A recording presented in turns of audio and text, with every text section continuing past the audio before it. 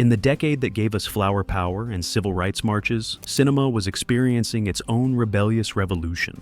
Directors and studios weren't just entertaining audiences, they were clashing with censors, angering governments, and sometimes losing fortunes in the process.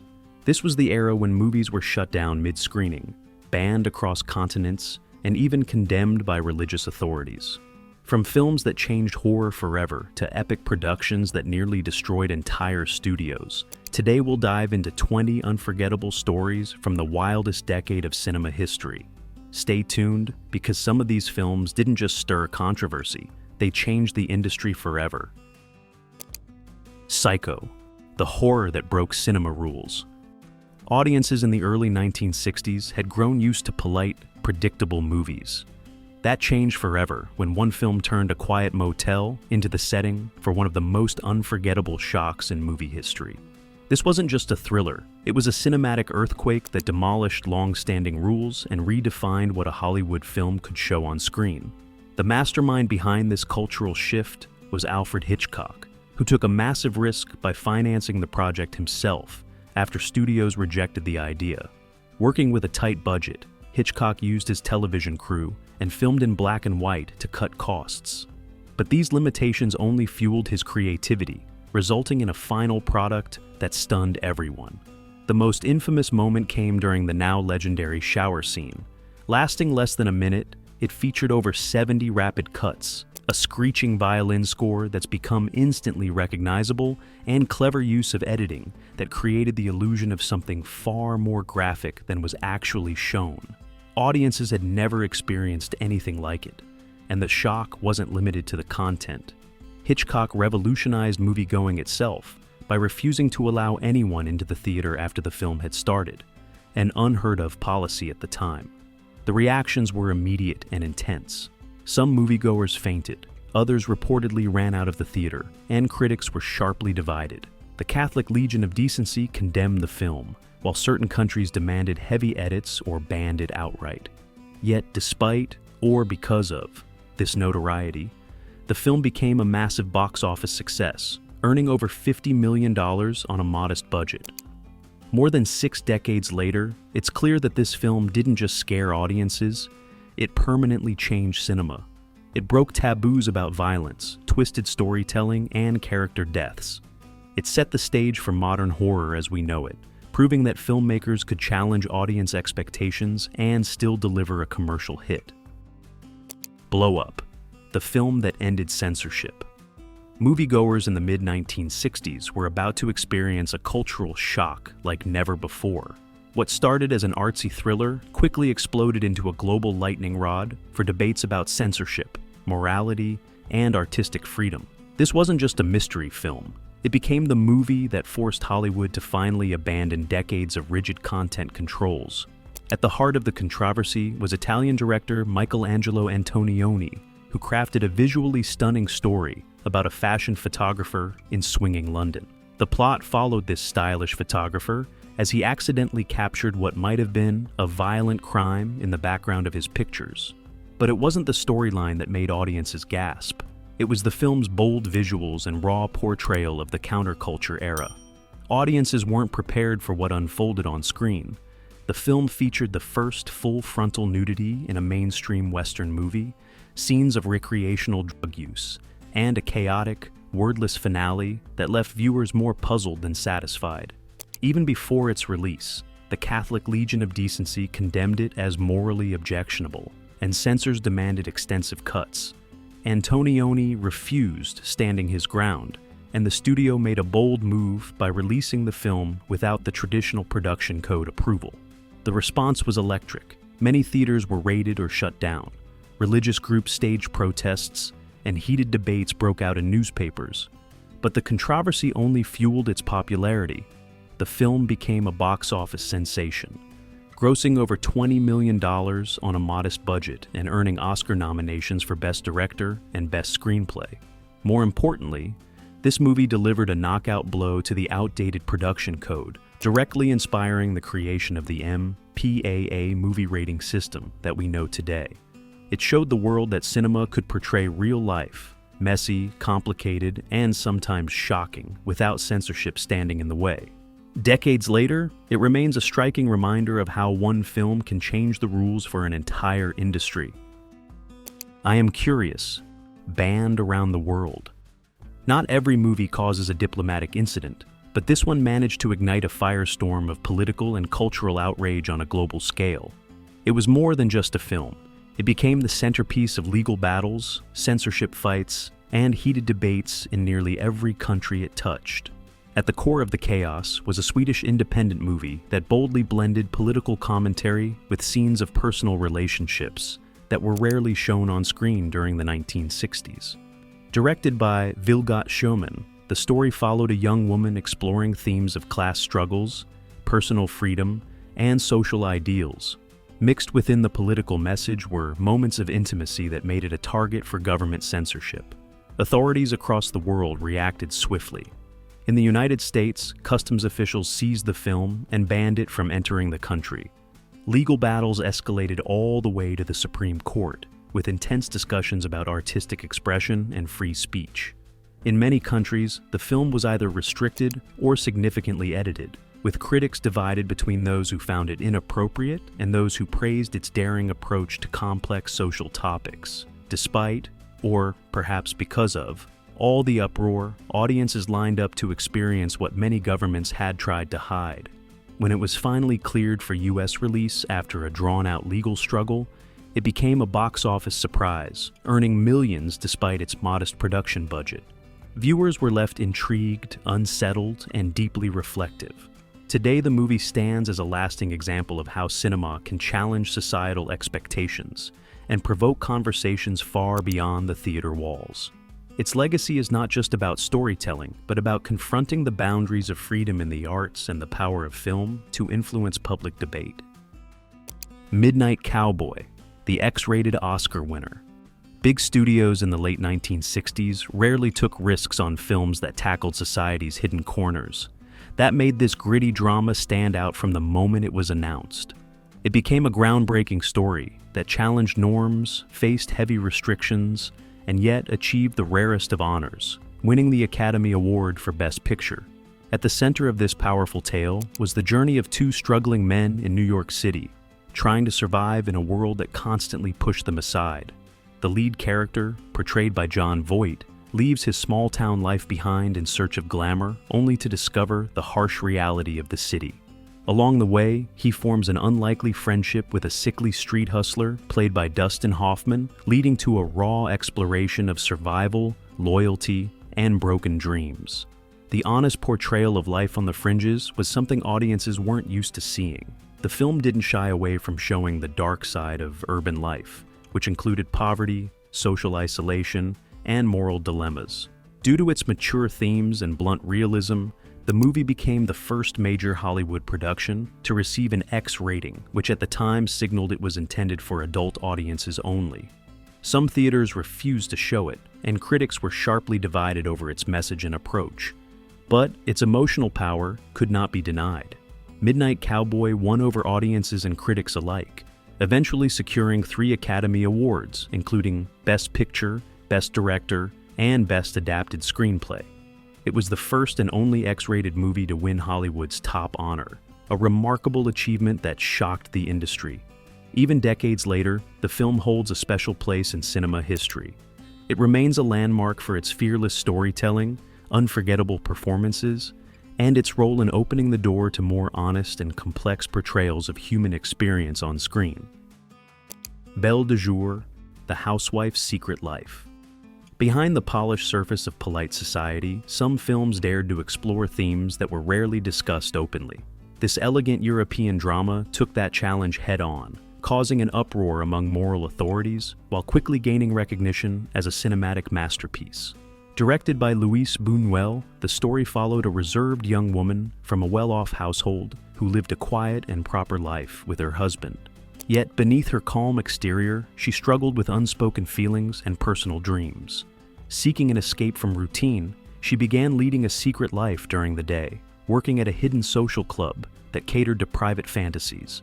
The movie boldly explored complex emotions, identity, and the inner struggles of a character trapped between expectation and desire.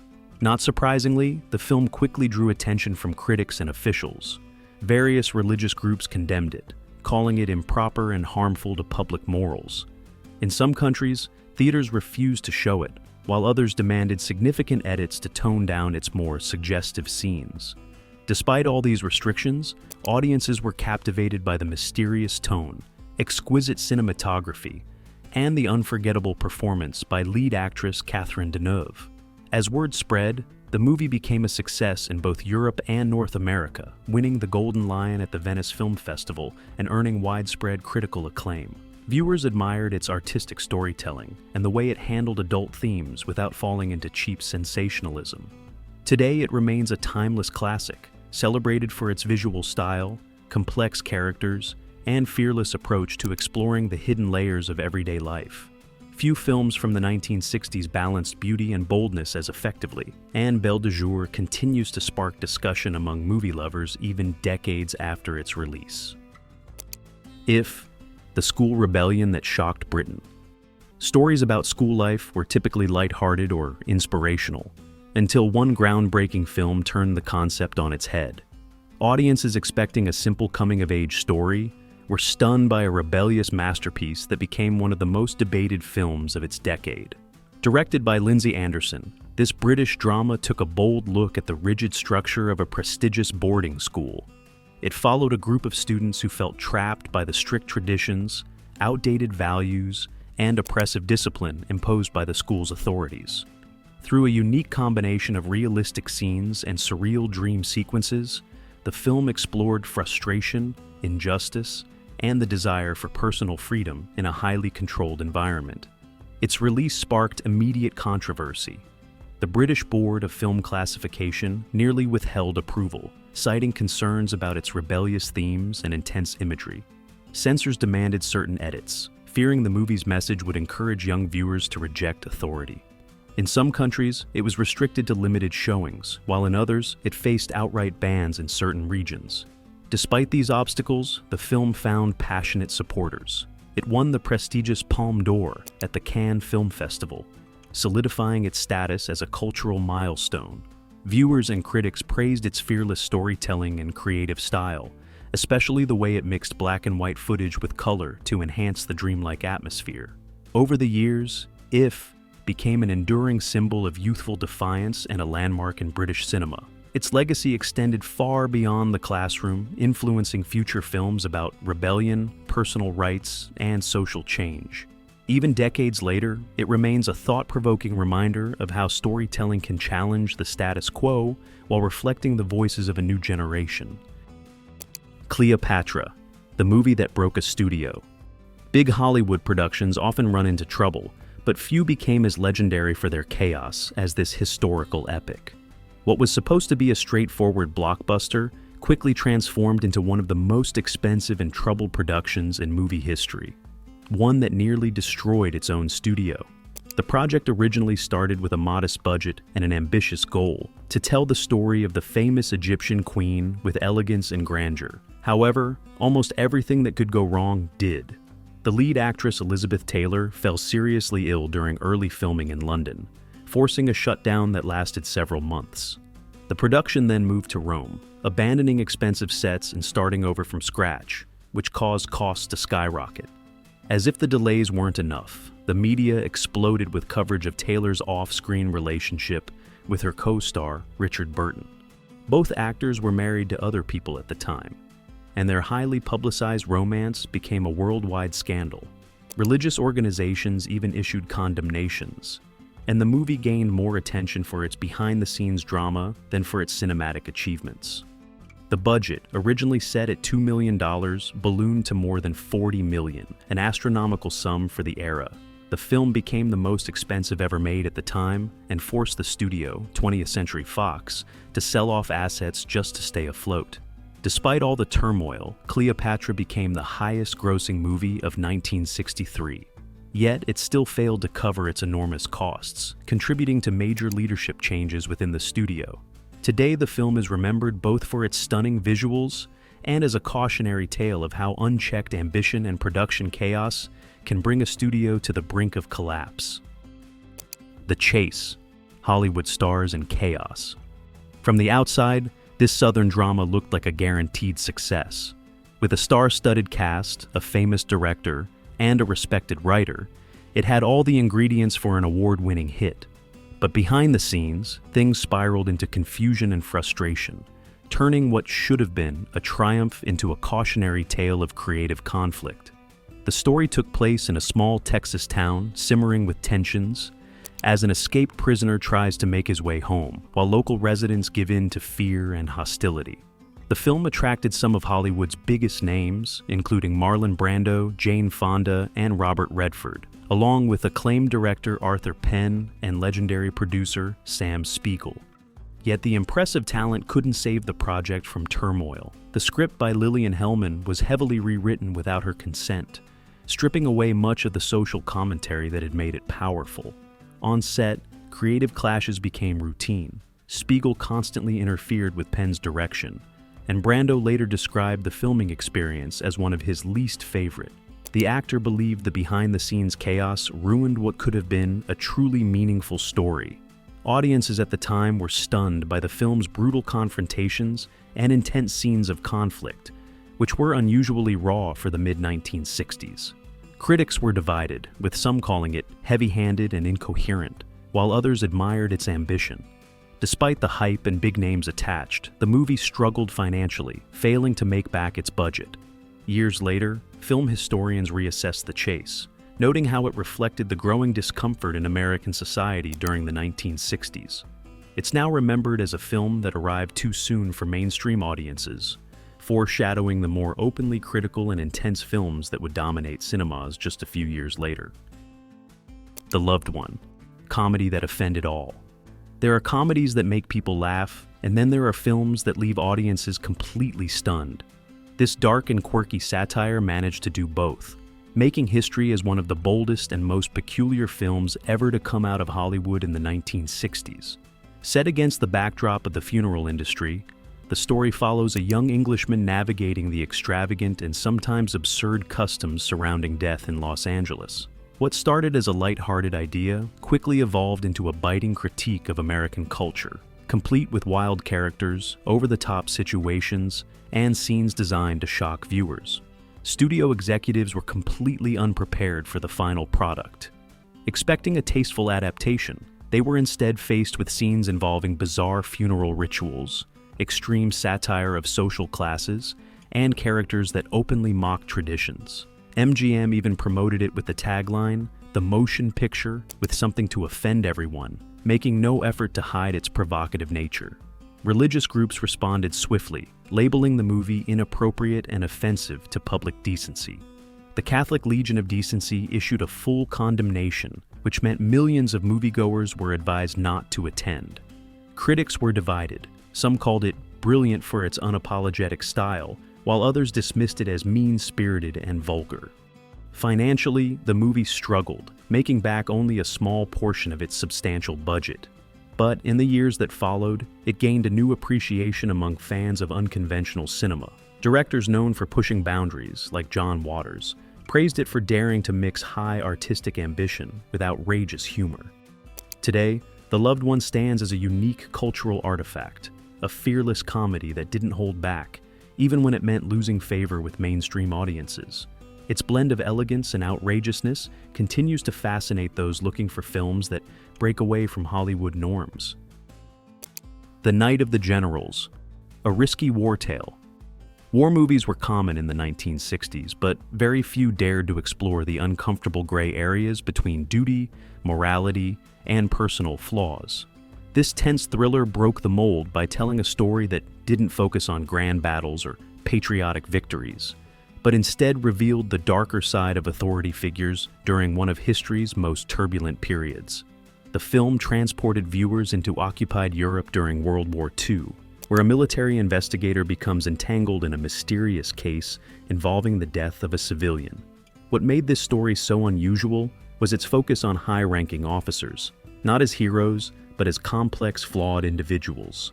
Peter O'Toole took on the chilling role of a calculating officer, while Omar Sharif portrayed the investigator digging for the unsettling truth. From the beginning, the production faced challenges. Producer Sam Spiegel hoped to replicate the success of Lawrence of Arabia by reuniting stars and crew, but tensions quickly developed behind the scenes. Multiple rewrites shifted the tone of the movie, leaving it caught between war drama, detective mystery, and psychological study. Budget overruns and location issues stretched production costs far beyond expectations. When the movie reached theaters, audiences didn't know what to make of it. Viewers accustomed to traditional war stories found the mix of genres confusing, and the complex moral themes were considered too heavy for mainstream audiences. The box office returns were disappointing, recovering only a portion of the inflated budget. Over time, The Night of the Generals found a following among viewers who appreciated its willingness to tackle sensitive subjects and portray authority figures as multifaceted individuals. Critics revisited the film, praising its suspenseful atmosphere and daring narrative choices. Today it stands as a unique entry in war cinema, remembered for challenging easy portrayals of good versus evil. Seconds, identity crisis on the big screen. Some movies are unsettling not because of their action or violence, but because of the haunting questions they ask about identity and purpose. This eerie psychological drama took audiences on a deeply personal journey, confronting fears about aging, lost dreams, and the pressure to reinvent oneself in a world that demands perfection. At its heart, the story followed a middle-aged banker trapped in a dull routine, longing for a second chance at life. Through a secretive organization, he undergoes surgery to transform into a younger, more attractive man, played by Rock Hudson. What begins as an exciting opportunity quickly spirals into confusion and regret, as the main character realizes that changing his appearance cannot fix deeper personal struggles. From the very beginning, the film set itself apart with disturbing visuals and creative camera techniques. Director John Frankenheimer employed unusual angles, fisheye lenses, and disorienting transitions to create a dreamlike, sometimes nightmarish atmosphere.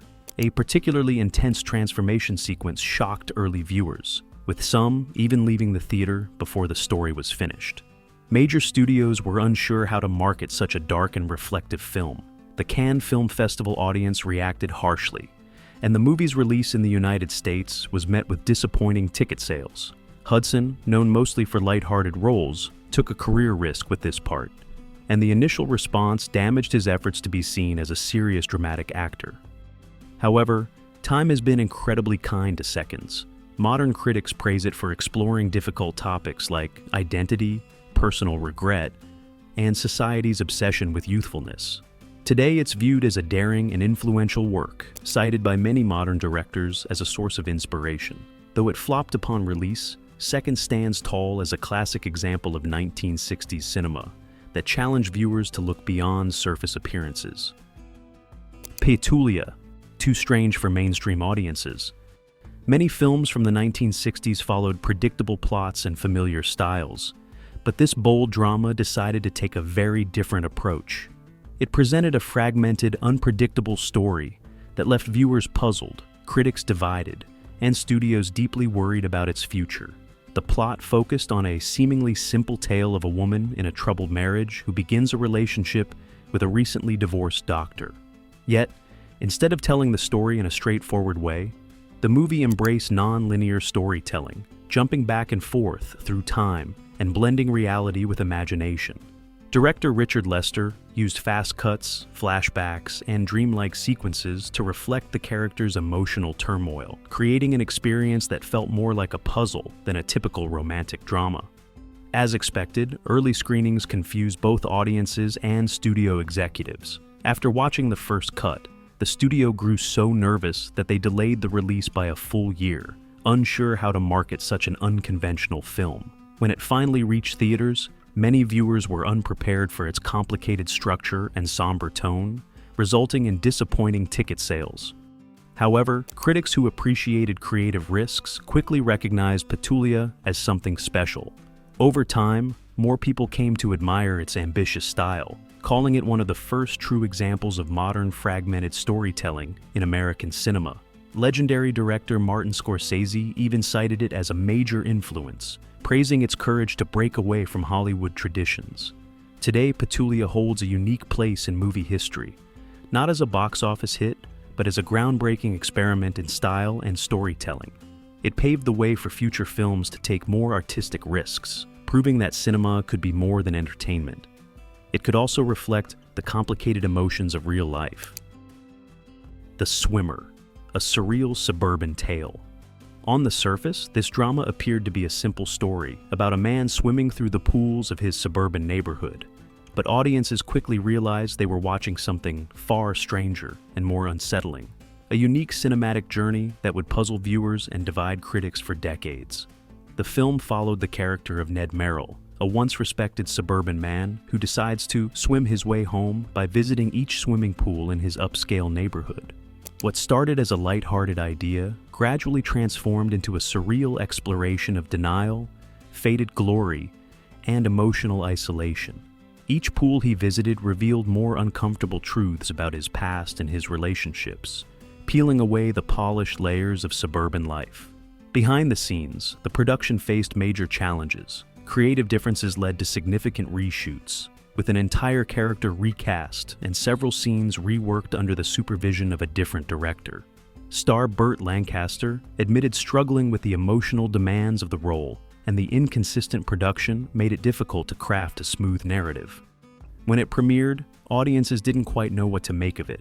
Some critics praised the movie's bold style and haunting themes, while others dismissed it as confusing and overly experimental. Financially, it struggled at the box office, failing to attract mainstream viewers who expected a more traditional drama. Yet, over time, The Swimmer earned a loyal following. Modern critics view it as a haunting reflection of mid-century disillusionment, especially for those caught in the pressures of success and social image. Today, it's celebrated as a hidden gem, an unconventional film that dares to tell a story in a way that lingers in the mind long after the credits roll.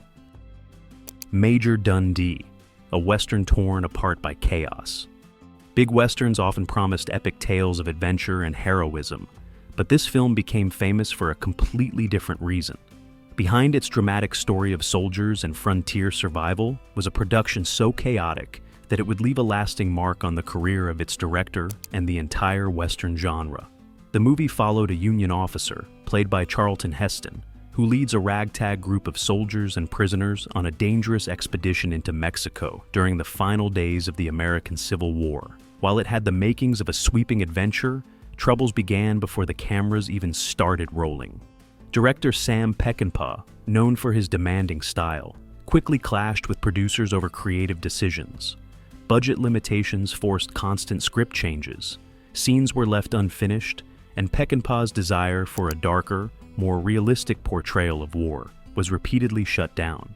Tensions reached a breaking point when the studio intervened during editing, cutting nearly 40 minutes from the final version, leaving the story feeling incomplete and disjointed. Critics noticed the problems immediately. Reviews pointed out the uneven pacing, missing plot details, and strange character motivations. Audiences were equally puzzled, resulting in disappointing ticket sales and negative word of mouth. Peckinpah's reputation suffered, and for years, the film was remembered more for its backstage drama than its story. However, in later decades, restoration efforts brought back some of the lost footage. Film scholars reassessed Major Dundee, recognizing its ambition and raw energy beneath the studio interference. Today, it's viewed as a flawed but fascinating piece of 1960s cinema, an example of how studio battles can shape and sometimes sabotage a director's original vision. Play Dirty, a war film that defied tradition. In a time when most war movies focused on honor, duty, and clear heroes, this grim adventure stood out for its brutally realistic portrayal of survival and betrayal. It challenged audiences by stripping away the usual heroic gloss and showing a much bleaker version of wartime experiences. The story centered on a British officer, played by Michael Caine, who is reluctantly assigned to lead a group of untrustworthy criminals across the African desert during World War II. Their mission is both dangerous and morally questionable, and as the journey unfolds, the officer begins to realize that nothing about this assignment is noble or straightforward. The production itself was nearly as tense as the story it told. The director, André de Toth, was known for his uncompromising style and created an atmosphere on set that reflected the harshness of the desert environment. Reports from the cast described difficult shooting conditions, with long days in extreme heat and constant disagreements over creative direction. When the film premiered, it quickly divided audiences and critics. Many were shocked by its dark tone and lack of traditional heroism, especially during a decade that often glorified military adventures. Critics criticized it for being cynical, while others praised its brutal honesty and raw depiction of conflict. As a result, it struggled at the box office, failing to connect with the mainstream public. In later years, however, Play Dirty gained recognition for its daring approach. Modern audiences see it as ahead of its time, influencing a wave of grittier, more realistic war films that followed in the 1970s. Its reputation has grown as a bold experiment in showing the ugly realities of warfare without filters or romanticism. The Happening, a youth comedy misfire. Hollywood in the 1960s was eager to connect with younger audiences, hoping to capture the spirit of the rising counterculture. This film tried to do exactly that, blending comedy, crime, and youthful rebellion. But instead of becoming a cultural hit, it quickly turned into one of the decade's most famous misfires. The story followed a group of carefree young people in Florida who kidnap a wealthy businessman, expecting an easy ransom. Things quickly spiral out of control as the group's inexperience leads to one disaster after another, turning what should have been a crime drama into a chaotic comedy. Starring Anthony Quinn as the frustrated victim, the movie tried to walk the line between satire and action, but struggled to deliver a clear tone. Behind the scenes, the project was designed to cash in on the popularity of youth culture and the changing social scene. The studio hoped to create a hip, modern comedy that reflected the rebellious energy of the times. However, the result was a confused mix of slapstick humor, crime elements, and clumsy attempts at social commentary. Even the catchy theme song, which became a major radio hit, couldn't save the movie from disappointment. When it debuted, critics quickly pointed out the film's flaws. Many found it dated even upon release, describing it as a shallow attempt by Hollywood executives to understand a generation they didn't relate to. Audiences largely agreed, and the movie failed to make an impact at the box office. In later years, The Happening became more of a curiosity than a success story, a reminder of how difficult it was for old Hollywood to adapt to new cultural movements. Today, it's mostly remembered for its theme song, and as a cautionary example of how chasing trends can sometimes backfire. The Secret War of Harry Frig, a forgotten military comedy. In the late 1960s, Hollywood often tried to blend humor with action, especially in stories about war and espionage. This light-hearted military comedy followed that formula, but despite its big-name lead and a playful premise, it quickly slipped into obscurity and became one of the decade's most overlooked productions. The movie followed a laid-back American private, played by Paul Newman, who is unexpectedly promoted and sent on a secret mission during World War II. His assignment was to rescue a group of high-ranking officers being held in an unusual prisoner of war camp in Italy. Filled with playful antics, mistaken identities, and plenty of comedic twists, the story aimed to provide light entertainment during a decade filled with more serious war films.